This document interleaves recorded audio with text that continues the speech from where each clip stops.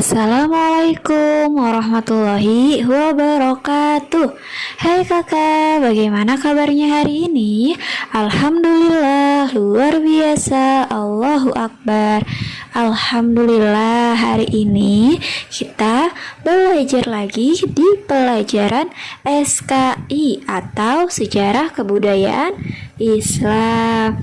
Nah kakak yang belum disiapkan bukunya, ayo disiapkan terlebih dahulu. Jika sudah, kakak bisa buka bukunya halaman 119. Nah, pada minggu terakhir kita belajar SKI, kita belajar tentang bukti-bukti kerasulan Nabi Muhammad SAW. Kita ulas kembali ya kak pelajaran ini. Iya, nah yang pertama tentang peristiwa yang mengiringi malam kelahiran Nabi Muhammad. Nah, itu adalah salah satu bukti kerasulan Nabi Muhammad. Bukti kerasulan Nabi Muhammad dapat diketahui dari kesaksian pedagang Yahudi Mekah dan Yahudi penduduk Yasrib serta terjadinya beberapa peristiwa di Persia. Terus yang kedua, masa kanak-kanak Nabi Muhammad. Nah, Nabi Muhammad ketika kecil telah memiliki tanda-tanda bahwasanya beliau itu adalah calon nabi dan rasul kak. Ketika berusia 5 bulan, beliau sudah bisa berjalan. Terus pada usia 9 bulan, beliau sudah bisa berbicara. Dan ketika berusia 2 tahun, beliau sudah lepas untuk mengembala kambing bersama anak-anak Halimah.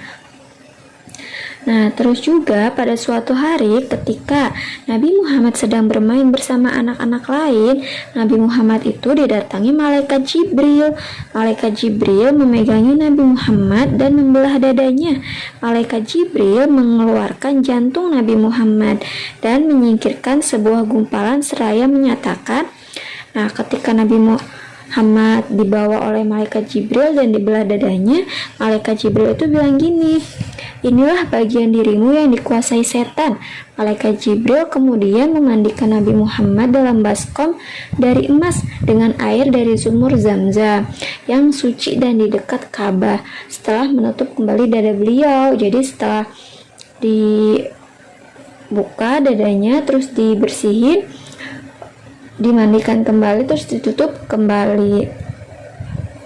Nah, Nabi Muhammad ini ketika sejak kecil beliau itu sudah terjaga karena beliau tidak pernah menyembah berhala seperti orang-orang di sekitarnya. Nah, beliau tidak pernah makan daging hewan-hewan yang disembelih untuk kurban berhala.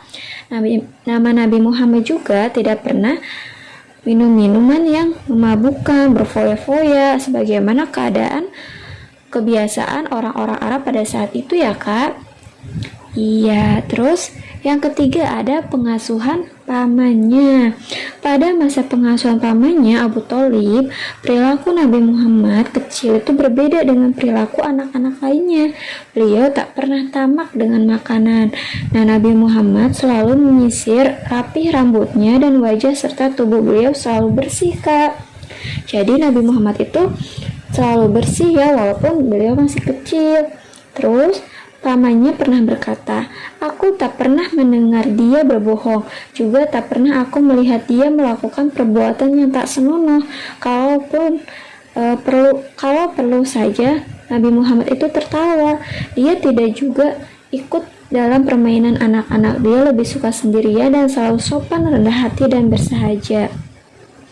Nah, jadi Nabi Muhammad itu tidak pernah melakukan maksiat. Nabi Muhammad juga kalau misalkan ketawa tidak terbahak-bahak, jadi tertawa seperlunya saja. Terus Nabi Muhammad juga lebih suka sendiri dan selalu sopan, rendah hati, tidak pernah sombong. Nah, selanjutnya yaitu tentang rahim Khadijah yang berusia 40 tahun menjadi subur. Nah, bukti kerasulan Nabi Muhammad lainnya yaitu terlihat pada Siti Khadijah, istri beliau yang berusia 40 tahun. Nah, seperti biasanya Kak, pada umumnya yang usia 40 tahun, wanita yang berusia 40 tahun itu adalah batas masa kesuburan perempuan. Namun, ketika menikah dengan Nabi Muhammad, justru rahim Siti Khadijah itu menjadi semakin subur. Maka dari itu, Siti Khadijah dan Nabi Muhammad memiliki atau dikaruniai 6 orang anak. Nah, terus ada lagi tentang awan yang menaungi perjalanannya. Nah, pada saat itu seorang pendeta Nasrani yang bernama Buhairo dapat melihat tanda kerasulan Nabi Muhammad kecil. Pendeta Buhairo itu terheran-heran melihat sebuah kafilah dagang yang datang dari Mekah. Kafilah ini sudah sering lewat, tapi kali ini tidak seperti biasanya. Di atas mereka ada awan yang menaungi perjalanan mereka. Ketika mereka berhenti di bawah pohon, awan itu pun berhenti. Pendeta ini memandangi rombongan ini sekian mencari sesuatu dari mereka. Dia mendekat lalu memegang tangan Nabi Muhammad yang masih anak-anak sambil berkata, "Ini adalah pemimpin dunia dan Rasul Allah semesta alam. Allah mengutusnya sebagai rahmat bagi alam semesta." Jadi, ketika Nabi Muhammad kecil pergi bersama pamannya untuk berdagang, pendeta Buhairoh ini melihat awan yang menaungi perjalanan Nabi Muhammad. Nah, selanjutnya bukti-bukti kerasulan Nabi Muhammad yaitu ada tanda kenabian yang ada di antara dua pundaknya. Nah, tanda kenabian lainnya adalah khatamun nubuwah yang dia bawa sejak lahir.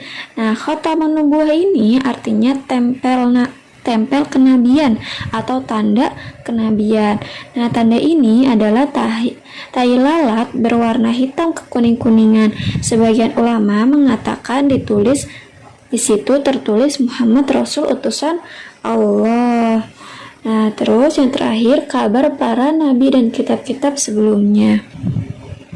Nah, jadi sebelum Nabi Muhammad lahir itu nabi-nabi sebelumnya atau di kitab-kitab sebelumnya sudah diceritakan bahwasanya akan datang seorang nabi, seorang utusan Allah, seorang rasul, yaitu Nabi Muhammad. Nah, bukti kerasulan Nabi Muhammad disampaikan oleh pedagang Yahudi di Mekah, penduduk Yahudi di Madinah, pendeta Buhairah di wilayah Syam, dan pendeta Waraqah bin Naufal di Mekah. Mereka mengisyaratkan adanya kabar tersebut dari kitab dan para nabi terdahulu, Kak. Nah, Kakak, kita sudah mengulas kembali materi tentang bukti-bukti kerasulan Nabi Muhammad. Nah, untuk tugas hari ini Kakak kerjakan tugas evaluasi pelajaran 8 bagian A saja ya Kak, yang dikerjakan halaman 124 sampai 125. Jika sudah selesai Kakak mengerjakan, Kakak bisa kirimkan tugasnya atau jawabannya ke nomor Ibu ya. Iya. Nah, untuk pembelajaran SKI hari ini Ibu cukupkan sampai di sini. Terima kasih Kakak yang sudah menyimak videonya. Wassalamualaikum warahmatullahi wabarakatuh.